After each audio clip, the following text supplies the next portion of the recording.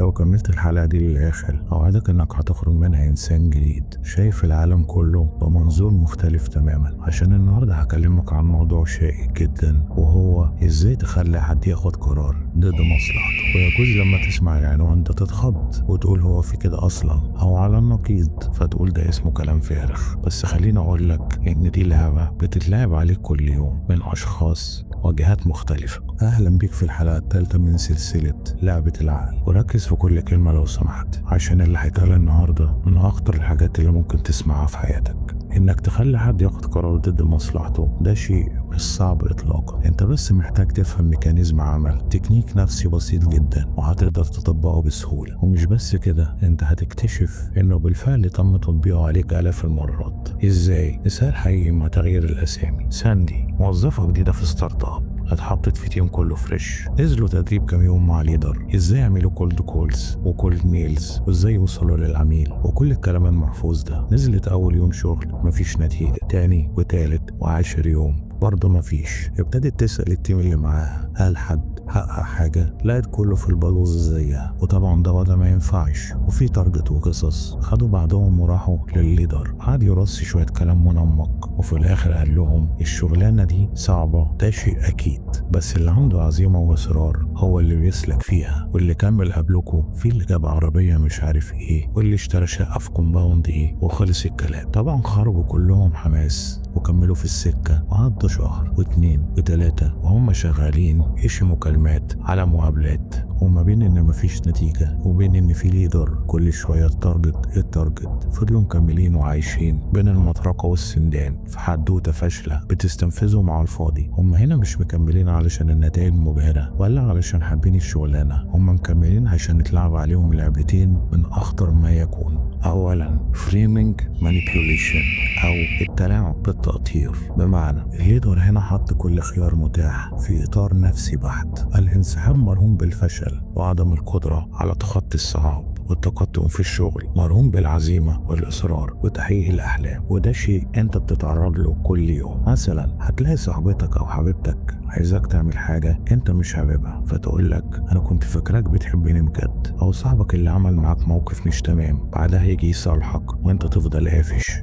فيقول لك انا كنت فاكرك اجدع من كده. هتلاقي اللي بيبيع لك كرسي بيقول لك في ناس اختارت تفضل مكانها وناس اختارت تستثمر في نفسها، انت بقى مين فيهم؟ هتلاقي ابوك جاي من بره قافش الموضوع انت مالكش علاقه بيه، ويقوم مديلك كوزين اقلام، ولما تزعل يقول لك انت ابن عاق وفين بر الوالدين. والامثله تطول. هتلاقي كل الناس دي بتربط اللي عايزاه منك بشعور نفسي ايجابي زي الحب، الجدعنة، النجاح أو بر الوالدين. كل الناس دي بالفعل خلتك تعمل حاجات غصب عنك عن طريق إقناعك إن اللي بيحب بيبلع الزلط، والجدع بيعدي الغلط، والناجح بيدفع فلوس في كورسات ما فيهاش حاجة أكتر من موجود مجانا على النت، وإن الابن البار بيخلي ابوه يطفي السجاير في قفاه. ولو طبقت الكلام ده على حياتك هتلاقيك اتعرضت له آلاف المرات، وكل ده بيقع تحت بند فريمينج مانيبيوليشن. تاني فخ نفسي ساندي اتعرضت له هو سانك كوست فالاسي او وهم الخسارة السابقة. بمعنى ساندي لما كملت شهر واتنين وفضلت مش لاقية نتائج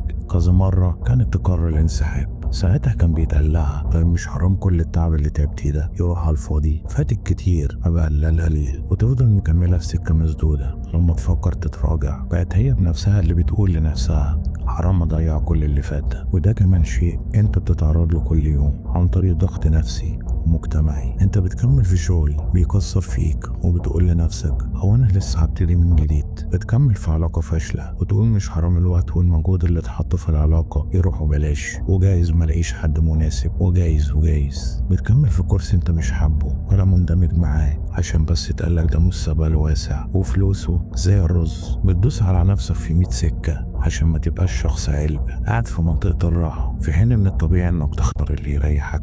الفخاخ النفسية شيء أخطر من إن عقلك يستوعبه. وخليني أخدك في مستوى أعمق. الموساد والCIA هتلاقيها على السوشيال ميديا وتربط لك أي حد بيقول كلمة حلوة في حق بلدك إنه مطبلاتي. الحملات الإعلامية بيقنعوك إنك لو ما استهلكتش تبقى فقير. البلوجرز بتقنعك إنك لو ما جربتش أكل معين او تجربة معينة هيفوتك احساس ما يتوصفش، ولو ما اتبعتش الترند تبقى متخلف. البراندات بتقنعك انك لو ما اشتريتش من عندهم ما تبقاش من صفوة المجتمع. الاعلام، السوشيال ميديا، المسلسلات، حتى الاغاني، كلهم ادوات زرع بتزرع جواك اختيار وانت فاكر انه حرية، بس في الحقيقة هو سجن بألوان جذابة. ما تقولش لحبيبتك انت المفروض تعتذري لي، قول لها انا عارف انه مش من السهل على الست انها تعتذر، بس انت ناضجة ومختلفة وهتقيمي الموقف صح. ما تقولش لموظف عندك اعمل المهمة دي عشان لازم تتعمل، قول له انا عارف انك من الناس اللي بيحبوا يسيبوا بصمة، وعشان كده لو المهمة دي اتعملت على ايدك شكلها هيتغير تماما. ما تقولش لعميلك الحق الفرصة، قول له انا عارف انك شخص ذكي وبيشوف فرص محدش غيره يقدر يشوفها. ما تقولش لمديرك انا مش مرتاح في المشروع ده او اديني المشروع ده، قول له انا شايف اني مش هضيف حاجة للمكان ده، ولو رحت مكان تاني هضيف للمكان والفريق والشركة كلها. ما تقولش لصاحبك اللي حبيبته زحلقته قبل كده وعايز ترجع تاني بلاش ترجع لها، قول له انا عارف انك مش الشخص اللي يكرر نفس الغلطة مرتين. ما تكملش في حاجة انت شايف انها بتاخد منك اكتر ما بتديك بحجة خوفك اللي فات يروح على الارض. الحل اللي باقي واكيد هتلاقي. ولما اي حد او اي جهة تقرر تلعب معاك الالعاب النفسية دي قول له ده عندها، عشان انا شفت الكلام ده على قناة الكولونيل